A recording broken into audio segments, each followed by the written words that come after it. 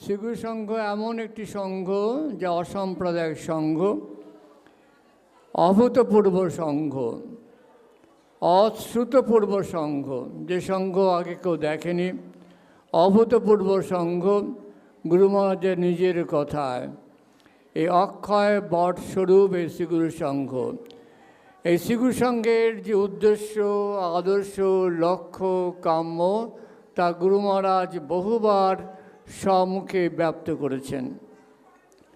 স্বয়ং গুরু মহারাজ যা তিনি বলেছেন, তিনি হলেন পূর্ণ ব্রহ্ম নারায়ণ। স্বয়ং ভগবান তার স্বরূপ বললেন, তিনি পূর্ণ ব্রহ্ম নারায়ণ।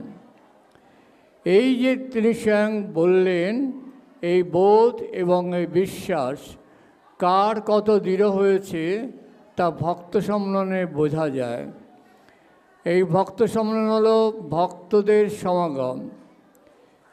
সেই ভক্তের সমাগম, যিনি যাকে দেখলে পরে আপনার গুরুর কথা স্মরণ এসে যাবে, বুঝবেন সেই যথার্থ ভক্ত। সাধারণ লোকের একটা ধারণা আছে, আমরা সাধারণ লোক যারা, তারা ভাবি ভক্ত মানে তার দীক্ষিত সন্তান নয়। এটা সঠিক ব্যাখ্যা নয়। ভক্ত মানে যার নিজস্ব বোধ কিছু নেই, নিজস্ব সত্তা কিছু নেই, তার ইচ্ছা কেবলমাত্র তার প্রভুর ইচ্ছা। তার প্রভু তার কাছে ভগবান। তিনি যা বলেন তিনি তা করেন, যিনি যা করতে বলেন তাই করেন। ভক্তের বিভিন্ন রূপ আছে। যে ভক্ত মনে করে মন্ত্র আর গুরু অভিন্ন, সে উচ্চ স্তরের ভক্ত। এর থেকেও যিনি মনে করেন গুরু, মন্ত্র এবং ইষ্ট এক, তিনি আরও উচ্চ স্তরের। যিনি মনে করেন মন্ত্র, গুরু, ইষ্ট, ভগবান একাকার, সেই ভক্ত সেই জায়গায় পৌঁছাতে পারে যেখানে ভগবান তত্ত্বের বিশেষ কিছু পার্থক্য বর্তমান থাকে না, কিন্তু কিঞ্চিত থাকে। কিঞ্চিত থাকে, এই অর্থে কিঞ্চিত থাকে, সমুদ্রের ঢেউয়ের সঙ্গে সমুদ্রের যে পার্থক্য। সমুদ্রের ঢেউয়ের জল যখন উদ্বেলিত হয়ে উপর দিকে ওঠে, বিচ্ছিন্ন হয় বটে সমুদ্রের সঙ্গে, কিন্তু প্রতিটি কণাতে সমুদ্রের গুণ বর্তমান থাকে। আবার যেই মুহূর্তের মধ্যে সে আবার মিশে যায়, তখন একাকার হয়ে যায়। এই হলো ভক্ত আর ভগবানের লীলা খেলা। আপনারা অত্যন্ত ভাগ্যবান, আমি অত্যন্ত ভাগ্যবান, আপনারা যারা বসে আছেন তারা অত্যন্ত ভাগ্যবান, যারা আশার আকাঙ্ক্ষা আছেন তারা অত্যন্ত ভাগ্যবান। কী অর্থে ভাগ্যবান?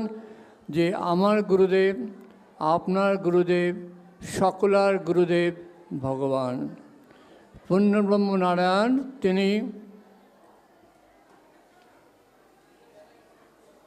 তিনি তার সন্তানদের উদ্ধার করার জন্য মর্তে অবতীর্ণ হলেন। এই শ্রীগুরু সংঘ গুরুর মুখে শোনা, গোলকধামে ছিল, আছে, বৈকুণ্ঠে আছে, কৈলাসে আছেন। তাহলে এবার মর্তে এলেন কেন? মর্তে এলেন, উনি গুরু মহারাজ দেখলেন তার সন্তানগণ অনেক সুকার্য করেছিল বটে, কিন্তু আবার তাকে ফিরে আসতে হয়েছে। কারণ সেই কর্মটাই যথার্থ অর্থে নিষ্কাম কর্ম হয়নি। নিষ্কাম কর্ম না করলে প্রত্যেক ফলের একটা সীমা আছে। সেই সীমা অতিক্রম হয়ে গেলে পরে তাকে আবার মর্তে চলে আসতে হয়। দেখুন, গোলকবাসী হয়েছেন, চলে আসতে হয়েছে। বৈকুণ্ঠবাসী হয়েছে, নেমে আসতে হয়েছে। কৈলাসবাসী হয়েছে, নেমে আসতে হয়েছে। তো স্বয়ং গুরু মহারাজ ঠিক করলেন, অপর মুখ দিয়ে বলালেন, নিজেই বলতে পারতেন যে তার ত্রিশূলের উপর প্রতিষ্ঠিত, তাও তিনি বললেন না। তিনি বললেন এই শ্রীগুরু সংঘ স্বয়ং মহাদেবের ত্রিশূলের উপরে প্রতিষ্ঠিত। অর্থাৎ এই সংঘের কোনো বিনাশ নেই। এই সংঘ আদি অনন্তকাল ধরে যেমন আছে চলবে। সত্য, তেতা, দাপর, কলি এই চারি যুগ ধরে ঘুরবে। এই হলো শ্রীগুরু সংঘ। এই শ্রীগুরু সংঘ যেমন সত্য, সেবা, নীতিধর্ম জীবনের চারি কর্মে প্রতিষ্ঠিত, তেমনভাবে নববিধান একটি সবচেয়ে মূল স্তম্ভ। যেই নববিধানের উপরে ভিত্তি করে শ্রীগুরু সংঘের সকল কার্যাবলী চলে। নববিধান, নব অর্থে কেবলমাত্র 9টি বিধান নয়, নব অর্থে এত নতুনভাবে এই বিধান সংযোজিত হয়েছে, যা পালন করলে শিষ্যগণ, ভক্তগণ গুরুর ইচ্ছায় সেই শাশ্বত রাজ্যে দিতে পারবেন। এখন এই নববিধান সম্বন্ধে তো কিছু বলার ব্যাপার নেই। মূল বিষয়টি পাঠ করবেন শ্রী চন্দন বোস, নাম ভাস্কর বোস। তিনি এখন এই নববিধান পাঠটি করে আপনাদের সকলকে শোনাবেন। শ্রীগুরু জয়। শ্রীগুরু জয়। মঞ্চে উপবিষ্ট পূর্ণ ব্রহ্ম আমাদের ভগবান শ্রী শ্রী গুরুদেব আসীন,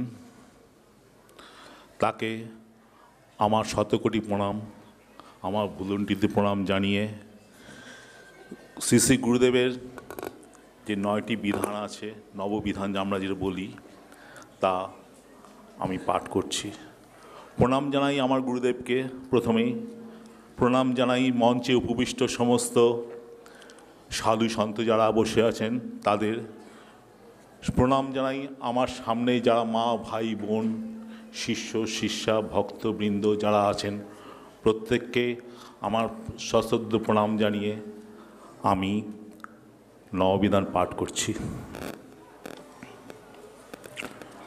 গুরুদেব যে নববিধান পাঠ করছেন বলেছেন, আমার শিষ্য ভক্তদের জন্য আমি 9টি বিধান প্রবর্তন করিয়াছি। 1, শ্রীগুরু সংঘ আমার প্রাণ। শ্রীগুরু সংঘের জন্য যে প্রাণ দিবে তার জন্য আমি প্রাণ দেব। শ্রীগুরু সংঘকে বাঁচাইয়া রাখাই আমার শিষ্যের শিষ্যত্বের লক্ষণ। যে শ্রীগুরু সংঘকে ভালোবাসিতে পারিবে না, তাহাকে আমি কিভাবে শিষ্য বলিয়া মনে করিতে পারি। 2, যে স্থানে অন্তত 10 জন শিষ্য আছে, সেই স্থানেই একটি করিয়া শাখা সংঘ স্থাপন করিবে এবং সপ্তাহে বা পক্ষান্তে একবার করিয়া মিলিত হইয়া স্তোত্রাদি পাঠ, বন্দনা গান, আধ্যাত্মিক বিষয়, ঠাকুর প্রসঙ্গ এবং মঠ আশ্রমাদি সম্পর্কে আলোচনা করিবে। 3, যে স্থানে অন্তত 10 জন শিষ্যা আছে, সেই স্থানে উপরিউক্ত নিয়মে মাতৃসংঘ স্থাপন করিবে। 4, প্রত্যেক শিষ্যকে গৃহে মঙ্গল ঘট অবশ্যই রাখিতে হইবে।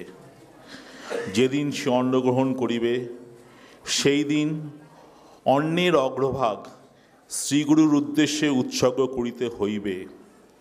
মঙ্গল ঘটে শ্রীগুরুর উদ্দেশ্যে অন্ন না রাখিয়া নিজে অন্ন গ্রহণ করা অপরাধ। 5, প্রত্যেক শিষ্য ভক্তকেই শ্রীগুরু সংঘ আশ্রমে সাধ্যমতো মাসিক সাহায্য দিতে হইবে ও শ্রীগুরু সংঘ পত্রিকার গ্রাহক হইতে হইবে। 6, প্রত্যেক শিষ্য ভক্তকেই কলিকাতা শ্রীগুরু সংঘ আশ্রমে সার্বভৌম জন্মোৎসবে এবং ব্রহ্মচারী কলোনিতে সার্বভৌম মহাষ্টমী মহাযজ্ঞে সাহায্য প্রেরণ করিতে হইবে। 7, ভক্ত সম্মেলনে যোগদান করিবার জন্য সকলকেই চেষ্টা করিতে হইবে। 8 সম্মেলনের তথা সংঘের প্রধান উদ্দেশ্য: ক আদর্শ গৃহস্থ জীবন গঠন, খ সংঘ শক্তির প্রতিষ্ঠা এবং গ ভাব বিনিময়। সংঘ অন্তর্গত শিষ্য ভক্তবৃন্দ এই আদর্শত্রয়কে লক্ষ্য করিয়া শ্রীগুরু নির্দিষ্ট সাধন সহায়ে জীবন পথে পরিচালিত হওয়ার যথারীতি চেষ্টা করিবে। 9 প্রতিটি শিষ্য শ্রীগুরু সংঘাশ্রিত হওয়ার চিহ্নস্বরূপ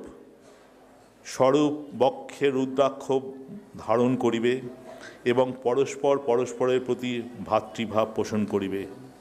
শ্রীগুরু জয়, শ্রীগুরু জয়, শ্রীগুরু জয়।